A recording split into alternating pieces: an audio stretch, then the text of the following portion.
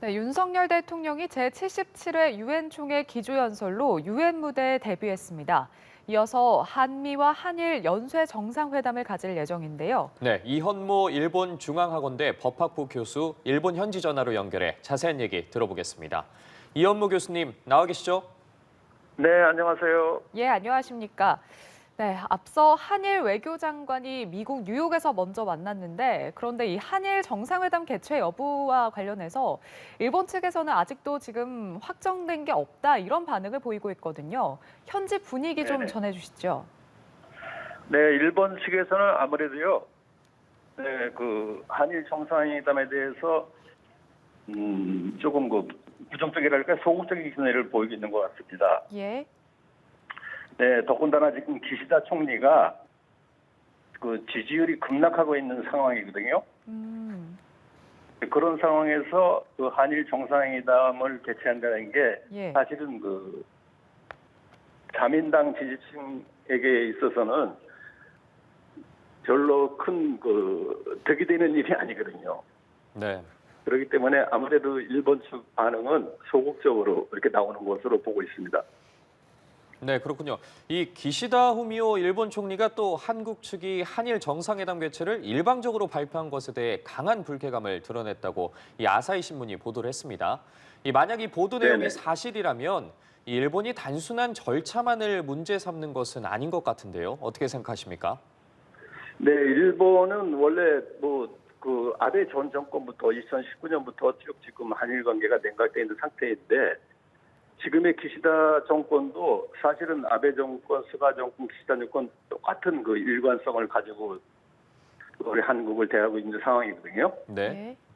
그렇기 때문에 지금 더군다나 지지율도 급락하고 있는 상황에서 일본 측에서 먼저 한일 회담이라든가 이런데 우호적인 제스처를 취하는 것은 사실은 기시다 총리로서는 좀 피하고 싶은 그런 국면이 있지 않을까 싶습니다.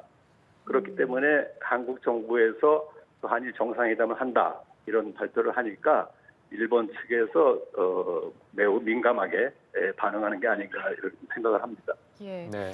앞서 이제 교수님께서 기시다 총리 지지율이 하락 중이기 때문에 이제 그 여론을 좀 의식해서 좀 소극적인 반응을 보이는 것 같다 이렇게 분석을 해주셨는데 지금 일본 네네. 국내 정치적으로 기시다 총리가 직면한 어려움들은 좀 어떤 게 있을까요?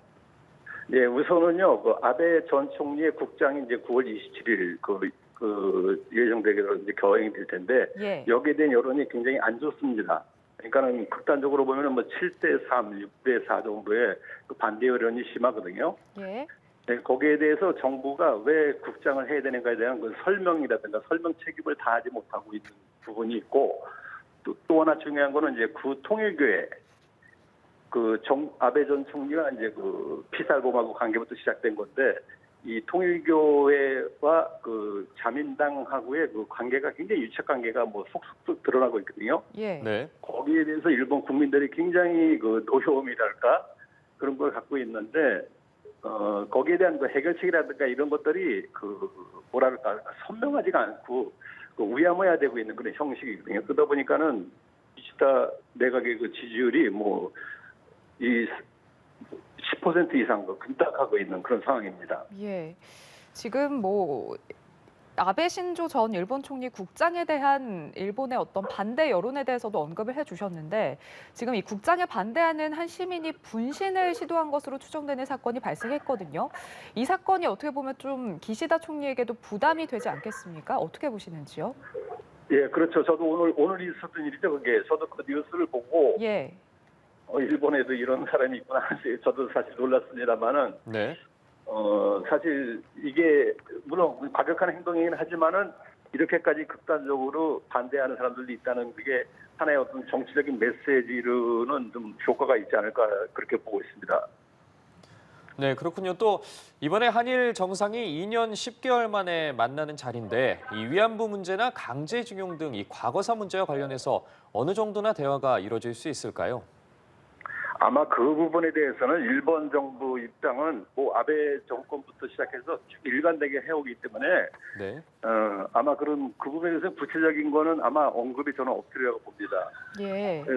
다만 그 기시다 정권도 지금 지지율이 급락하고 있고 우리 그 대한민국 윤석열 정권도 그렇습니다만은 서로 상처 주지 않는 범위 내에서 약식으로 아마 그런 식으로 마무리를 하지 않을까 그렇게 보고 있습니다. 예. 네. 약식 회담이 될 가능성이 크기 때문에 과거사 문제 언급은 하지 않을 것 같다 이렇게 예상을 해주셨는데, 네네. 근데 네. 지금 이 한일 정상회담이 이제 열리게 됐을 때 가시적인 성과를 내지 못하게 되면 이 한일 관계가 좀 한 걸음 앞으로 나아가기가 좀 어려워질 수도 있지 않을까요? 어떻게 예상하시는지요? 예, 지금 상황으로 봤을 때는 우리 윤석열 정부도 그렇고 기시다 정권도 그렇고 서로 지금 지지율이 하락하고 있는 그런 상황에 있기 때문에 예. 거기에 대한 어떤 반전을 노리기 위해서 한일 관계를 타겟책으로 내놓을 수 있는데 사실은 양국 국민들의 감정이 사실은 안 좋은 상태에서 이거는 굉장히 정치적인 리스크가 큰 일이기 때문에 서로 다치지 않는 법에 내에서만 이렇게 하고 지나가지 않을까 싶은 생각입니다. 예. 네. 말씀해 주신 것처럼 양국 정상 모두 부담이 있기 때문에 어느 정도는 좀 고민거리를 안고서 만날 수밖에 없다고 보여지는데, 또 이번 한일 정상회담을 포함해서 또 한일 양국 관계 개선을 위해서 가장 시급한 해결 과제는 무엇이라고 보십니까? 예, 아무래도 코로나 사태도 있고 했었지만은 그 한일 간의 그 민간 교류 차원에서 보면은 예. 그 전에 그 양국은 무비자로 왕래가 가능했었는데 지금은 그 비자라든가 일시적으로 지금 제한을 풀고는 있지만은 그런 거를 수복하는 것이라든가 역시 그 민간 간의 교류 같은 거는 빨리 회복을 시키는 것이 그 양국에 있어서도 이득이 되기 때문에 그런 부분들은 아마 수면화에서 협력을 해나가지 않을까 이렇게 보고 있습니다. 알겠습니다. 오늘 말씀 여기까지 듣도록 하겠습니다. 이현모 일본 중앙학원대 법학부 교수와 한일 정상회담 관련해서 이야기 나눠봤습니다. 교수님 오늘 말씀 고맙습니다. 고맙습니다. 네, 감사합니다.